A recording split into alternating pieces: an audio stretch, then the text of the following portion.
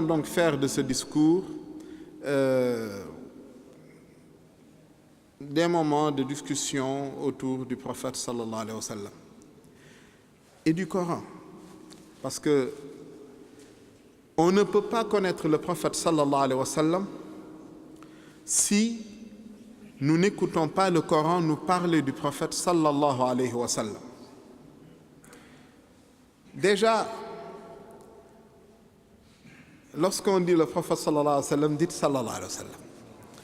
Parce que le prophète sallallahu alayhi wa sallam dit Al-Bakhil man dhukirtu indahu falam yusalli alayhi. L'avare, c'est celui qui a entendu mon nom et qui n'a pas prié sur moi. Donc,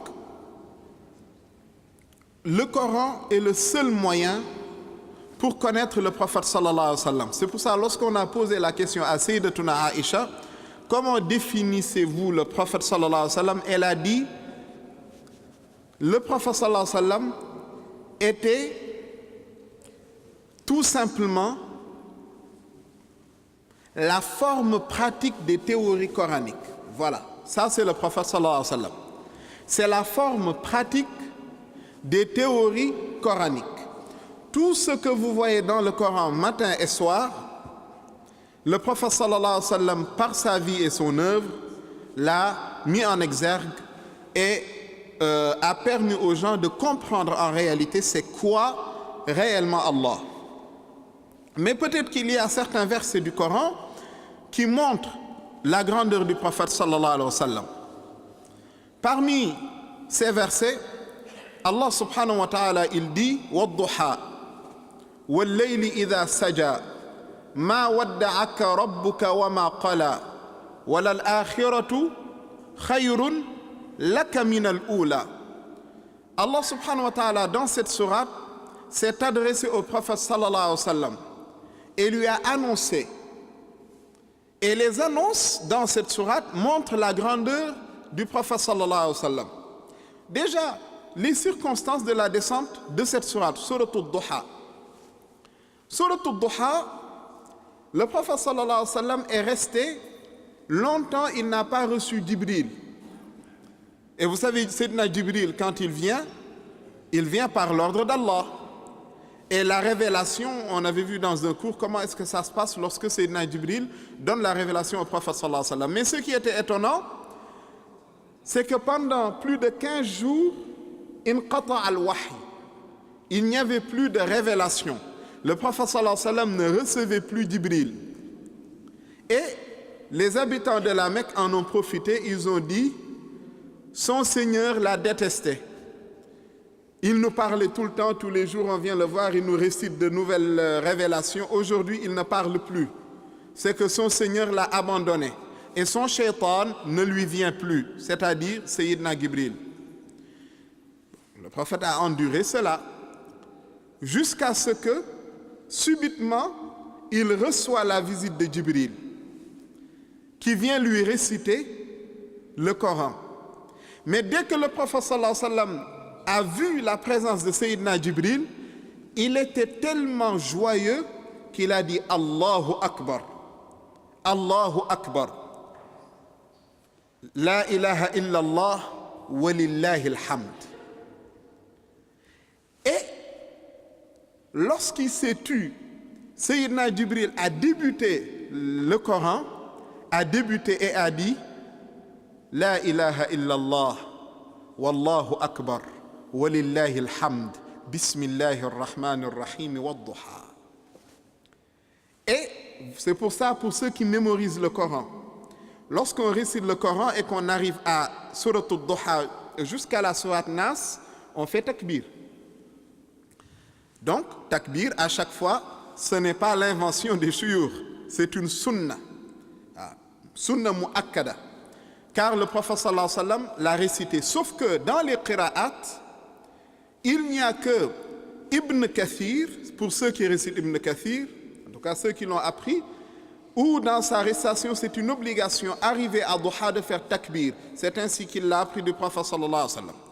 Mais les autres qira'at et riwayat, c'est une sunna tout simplement. entre parenthèses, qira'at al-kubra, par contre, on fait takbir inda ra'si kulli soura. C'est pour ça un homme un jour discutait avec moi, me dit, oui, les récitateurs égyptiens, quand ils font les récitations, ils jouent trop. Je lui dis, c'est quoi jouer? Il me dit, il récite le Coran, il dit La ilaha illallah, wallahu akbar, walillahi alhamd, bismillahir rahmanir rahim. Tout le monde dit Allah. Je dis, lui, il est ignorant. Et le plus bizarre, c'est un ignorant qui refuse de se taire. Voilà. Quand un ignorant se tait, c'est trop facile. Mais un ignorant qui refuse de se taire, il ne dit que des sottises. Voilà. Des sottises matin, des sottises soir, des sottises l'après-midi.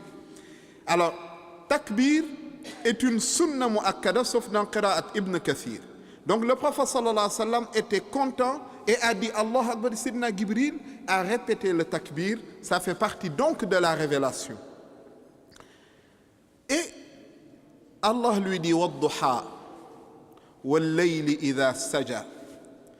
Wadduha, c'est la matinée, avant que la chaleur du soleil ne tape sur les têtes. Et la nuit, lorsqu'elle enveloppe tout. Ici, Allah a ramené deux contraires. La matinée quand tout est clair. La nuit quand tout est obscur. Allah subhanahu wa ta'ala veut lui dire par ces deux éléments Ma wadda'aka rabbuka wa ma qala. Ton Seigneur ne t'a ni détesté ni abandonné. Et les bienfaits, les preuves qui montrent qu'il ne t'a ni détesté ni abandonné sont des preuves éclatantes telle la lumière du matin et enveloppent tout le monde telle la nuit lorsqu'elle recouvre tout. Wadduha wal-layli idha saja ma wadda'aka rabbuka wa ma qala. Puis Allah met premier élément sur la grandeur du prophète sallallahu alayhi wa sallam. Il lui dit walal akhiratu khayrun laka min al-ula. Le monde du prophète sallallahu alayhi wa sallam, ce n'est pas ici. Ce n'est pas un homme qui œuvre pour ce bas monde.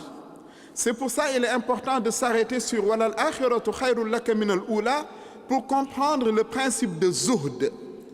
Zuhd, c'est le renoncement, se détourner de la vie. Zuhd n'est pas détester la vie. Le vrai croyant ne déteste pas la vie, mais il ne préfère pas la vie. C'est pas pareil. Mais on ne peut pas détester ce qu'Allah a créé et nous a ordonné d'y vivre et d'y jouir. قل من حرم زينة الله التي أخرج لعباده وطيبات من الرزق قل هي للذين آمنوا في الحياة الدنيا. Donc, on ne déteste pas la vie. C'est pour ça Allah il dit walal akhiratu khayrun laka min al-ula. C'est meilleur, mais c'est pas mauvais. Alors, mais c'est quoi le renoncement dont le prophète sallallahu alayhi wa sallam, Allah lui a donné cette inspiration dans ce verset? Le renoncement n'est pas de porter des habits sales. Le renoncement n'est pas de refuser de porter de belles choses. Le renoncement, c'est une seule chose. C'est que la vie n'habite pas ton cœur. La vie est un moyen, pas une finalité.